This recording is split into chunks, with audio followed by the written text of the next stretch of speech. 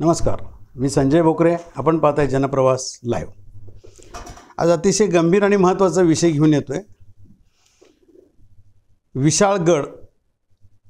विशाळगडात जे घडलं, विशाळगडाच्या परिसरात त्याच्या बाजूला पायथ्यापासनं थोड्याशा अंतरावर असणाऱ्या गजापूर या ठिकाणी, आणि त्याच्यामध्ये आज जे सगळीकडे चर्चा आहे मीडियामधनं, यूट्यूबमधनं, चॅनलवरनं, प्रशासन आणि पोलीस हेच टार्गेट.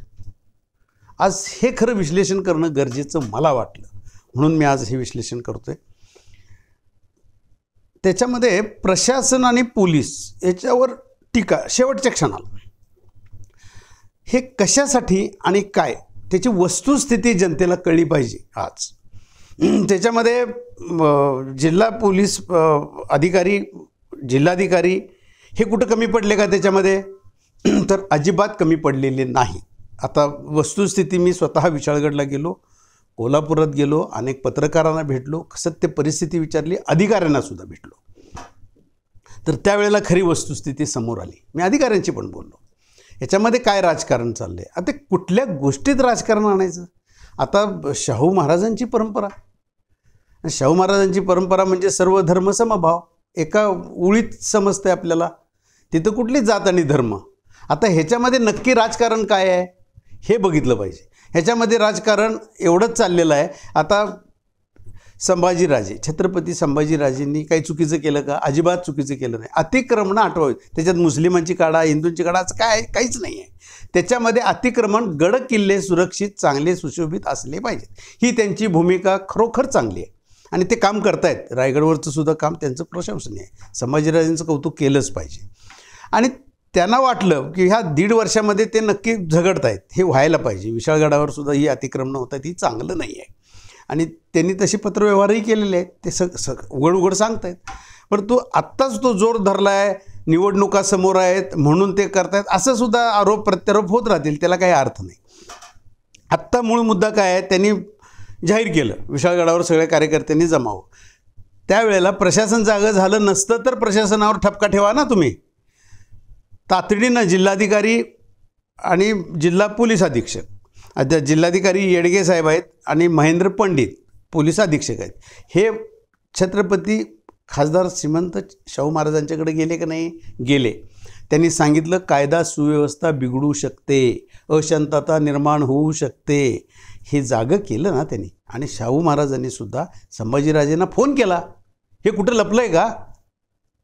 आणि फोन केल्यानंतर संभाजीराजेंची भूमिका काय? आता मी आंदोलन जाहीर केलेलं आहे, मुख्यमंत्री आणि उपमुख्यमंत्र्यांनी माझ्याशी बोलावं, त्यांनी मिटिंग लावावी, त्यांचंही काही चूक नाही. आता त्याच्या पुढं सुद्धा प्रशासन म्हणून हे हाताची घडी घालून बसले नाहीत. संभाजीराजेंना सुद्धा हे दोघं जिल्हाधिकारी आणि जिल्हा पोलीस अधीक्षक भेटले, 2दा भेटले, मुख्यमंत्र्यांशी संपर्क केला, त्यांचा संपर्क पण झाला. त्या प्रशासनाच्या कार्यक्षमतेमुळं मुख्यमंत्र्यांनी सुद्धा 13 तारखेला फोन केलेला आहे संभाजीराजेंना की 7 दिवसाची मुदत द्या, ही अतिक्रमणं आम्ही काढतो. हां, थोडं संभाजीराजेंनी 7 दिवस थांबले असते तर मुख्यमंत्रीसुद्धा खरं बोलतात का खोटं बोलतात हे जरा पुढं पण आलं असतं. कारण आत्ता तर जाहीर केले त्यांनी सगळ्याच गडावरचे, गड किल्ल्यावरचे आम्ही अतिक्रमण काढू, हे सुद्धा संभाजीराजेंनाच आहे. परंतु असो, पण प्रशासन झोपा काढत होतं का? अजिबात नाही. त्यांनी 13 तारखेला सगळीकडे बॅरिकेटिंग आणि जमावबंदी आदेश लागू करून सगळं, म्हणजे आधीच कोणीतरी कार्यकर्ते घुसून तिथं मुख्य जो दर्गा आहे, हजरत मलिक दर्गा, हजरत मलिक हे रेहान, हा दर्गा जर का उद्ध्वस्त झाला असतं तर काय झालं असतो?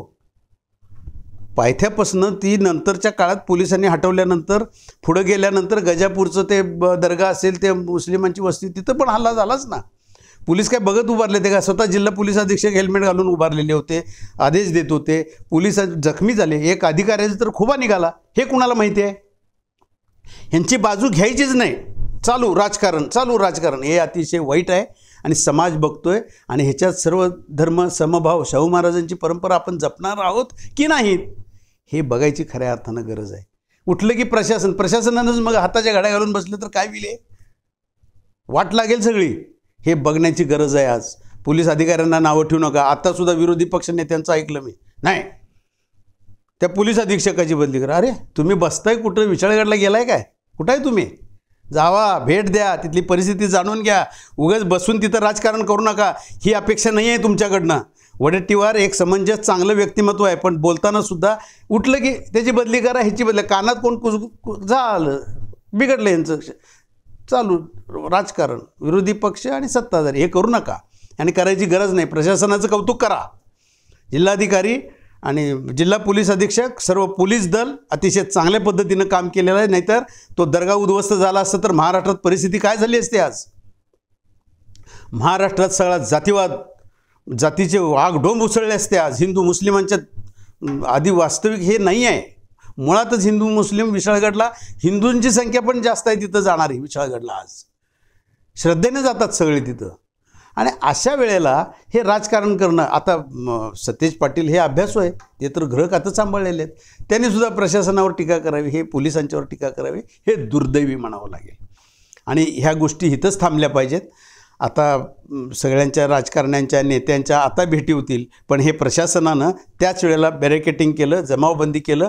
काही मेन दर्ग्यात, रेहान मलिक साहेबांच्या दर्ग्यात जाऊन तिथं दंगा करायचा प्रयत्न केला, पण पोलिसांनी हटवलं त्यांना. वेळेच हटवलं नसतं तर काहीतरी वेगळं चित्र महाराष्ट्राला दिसलं असतं. आणि कोल्हापुरातली जनता ही अतिशय जाणती जनता आहे, हे समजून घेतलं पाहिजे. राजकारण्याने मुंबईत बसून राजकारण करू नका. आरोप प्रत्यारोप तुमचे राजकारणात चाललेत ना, ते करत बसा तुम्ही, त्याला काही अडचण नाही. आणि ते होतच राहणार आहेत इलेक्शनच्या दृष्टिकोनातून. आत्ता विरोधी पक्ष आरोप करतोय, जाणून बुजून शासनानं हे सगळीकडं दंगली वगैरे हे राजकारणाचे भाग तुम्ही ठेवा, पण तिथं जनता एकत्रित नांदते. हिंदू मुस्लिम दलित सगळे एकत्र नांदतात कोल्हापुरामध्ये. कृपया त्याच्यात आग ओतू नका, तेल ओतू नका. आत्ताच्या ह्या प्रकरणात हिथंच ते प्रकरण थंड झालं पाहिजे. जिल्हा प्रशासनाचं आणि पोलीस प्रशासनाचं, पोलीस अधिकाऱ्यांचं निश्चितपणानं अभिनंदन करण्यास ते पात्र आहेत. आणि हेच सगळीकडे गेलं पाहिजे. आज इथंच थांबू, उद्या पुढच्या भागात.